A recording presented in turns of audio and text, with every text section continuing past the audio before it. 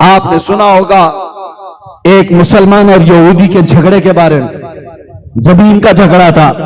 हुजूर पाक सल्लल्लाहु अलैहि वसल्लम ने फैसला सुना दिया था, यहूदी के हक में जमीन थी, लेकिन वो मुसलमान जो नाम का था मानने से इनकार कर दिया और कहा नहीं, ये फैसला सही नहीं हुआ है। कहा कहां फैसला कराएंगे? उमर इब्न खत्ताब के पास। उनके फैसले मशहूर थे, अदालत मशहूर थी। हजरत उमर के पास आने के बाद यहूदी ने पहले ही से कह दिया कि हमारा मैटर जमीन का पहले रसूलुल्लाह के पास गया था। वो यहूदी हुजूर को मानने वाला तो नहीं, यहूदी था। हजरत उमर चौंक गए, कहा कि फिर वहां से नहीं हुआ? कहा उन्होंने तो फैसला मेरे हक में सुनाया, लेकिन ये तुम्हारा मुसलमान भाई मानता नहीं है। कहा ये तुमसे कराएगा। फिर हजरत उमर ने तलवार उठाई और उसकी गर्दन मार दी। मेरे अजीजों, ये सुनने के लिए तो आसान है। उमर इब्न खत्ताब आम आदमी नहीं है, उनका अमल शरीयत बनने वाला है। उनका अमल क़यामत तक के लिए लोगों की तकलीद का सबब बनने वाला है। हर उठे बैठे कुछ काम कर नहीं सकते थे, लेकिन गर्दन तुम्हारी दी। अब मदीने में मशहूर हुआ, उमर इब्न खत्ताब ने एक मुसलमान को मारा था। तो वो मुसलमान दिखने में, नाम, हुजूर के पास आना जाना, नमाजें पढ़ना। अब एक तरफ हज़रत उमर हैं और एक तरफ वो कत्ल किया हुआ, उसकी तरफ से लोग भी कह रहे हैं कि उमर ने बहुत बड़ा काम कर दिया, बहुत, कि ये जज्बे में आकर के किसी की गर्दन मार दिया। यहूदी और मुसलमान की जब बात हो तो एक मुसलमान का कैसे कत्ल? हजरत उमर को बुलाया गया हुजूर के पास और हुजूर पाक सल्लल्लाहु अलैहि वसल्लम ने पूछा, उमर तुमने एक मुसलमान की गर्दन मारी? अब जवाब सुनो। हजरत उमर ने कहा, या रसूल अल्लाह, मैं उसको मुसलमान मानता ही नहीं था। नहीं, मैंने किसी मुसलमान की गर्दन नहीं मारी।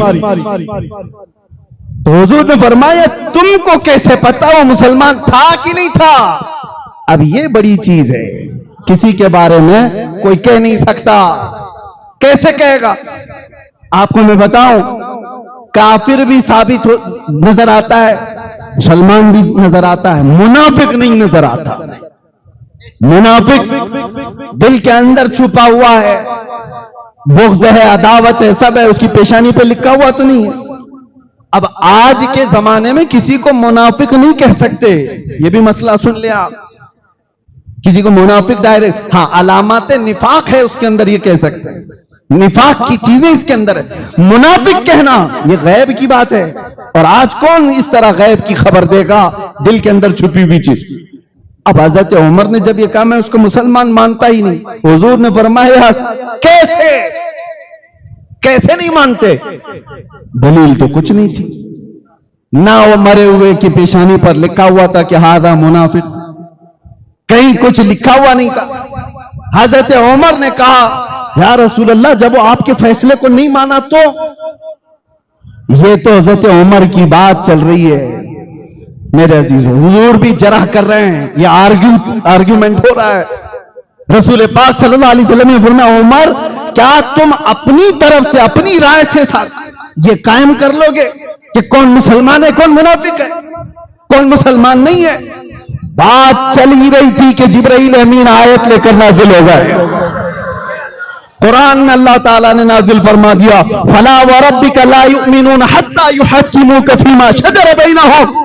ऐ महबूब, आपके रब की कसम, उस वक्त तक कोई मोमिन हो ही नहीं सकता जो अपने मसलों में आपके फैसले को नहीं मानता।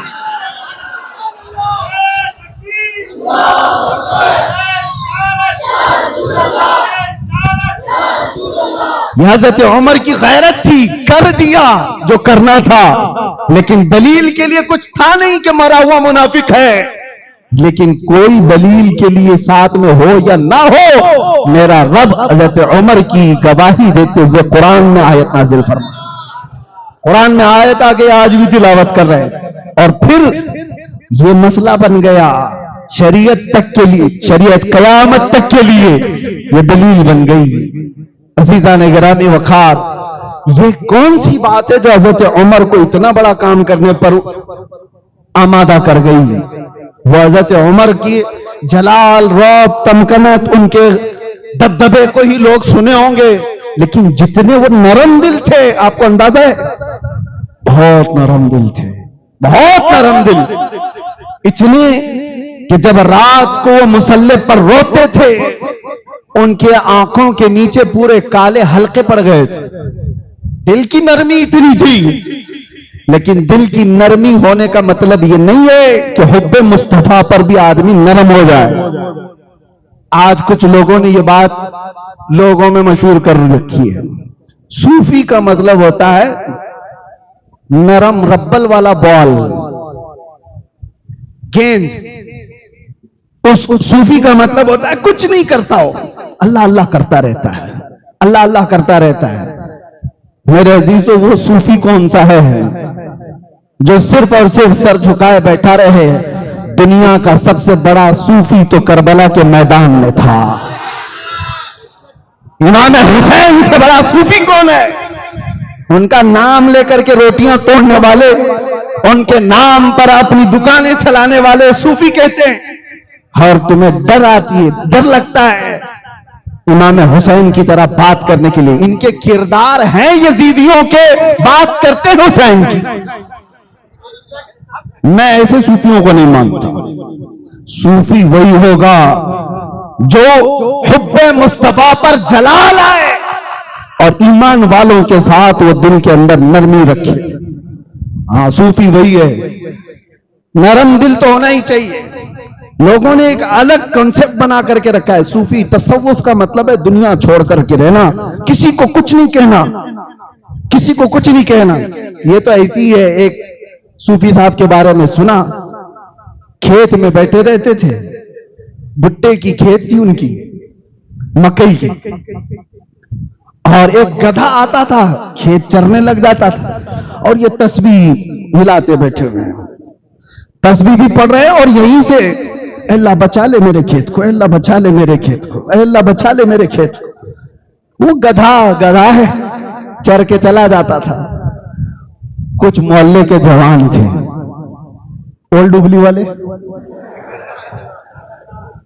वो सूफी साहब को रोज देख रहे थे।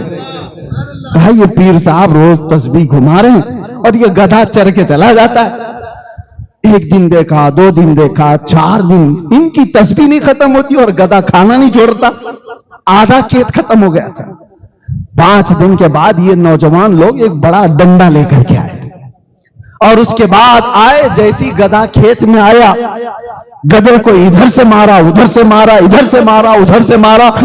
गधा चीखते चीखते जख्मी होकर भाग गया, खेत में महफूज हो गया, बच गया। सूफी साहब के पास आए जवान लोग, कहा कि हजरत हर काम तस्बीह से नहीं होता, कुछ कामों के लिए डंडे भी चाहिए।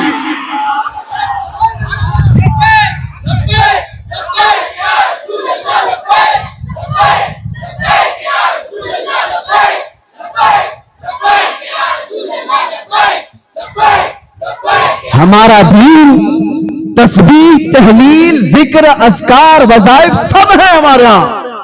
वो हमारे दिलों को नरम करने के लिए, हमारे दिलों को पाक करने के लिए। अगर सब कुछ जिक्र, अज़कार, तस्बीह, तहलील से ही होता तो मेरे मुस्तफा ये सहाबा को लेकर मदीने में बैठ जाते, बदर क्यों जाते, उहद क्यों जाते, खंदक क्यों खोदते, पेट पर पत्थर बांधकर। अज़ीज़ान गिरामी औक़ात, ये दीन का मिजाज है, मेरे दीन का मिजाज है। हर काम सिर्फ तस्बीह और तहलील से नहीं, कुछ कामों के लिए तुम्हारी ईमानी गैरत की जरूरत है। अब मैं ये नहीं कहता कि सब डंडे लेकर के निकलो। हाँ नौजवानों, आपसे मैं ये नहीं कह रहा कि हथियार लेकर के निकलो। ईमानी गैरत तो पैदा करो। तुम्हारे अंदर अगर ईमानी गैरत होगी तो इसका रौब इतना होता है कि कीड़े मकोड़े वैसे ही डरने लगते हैं।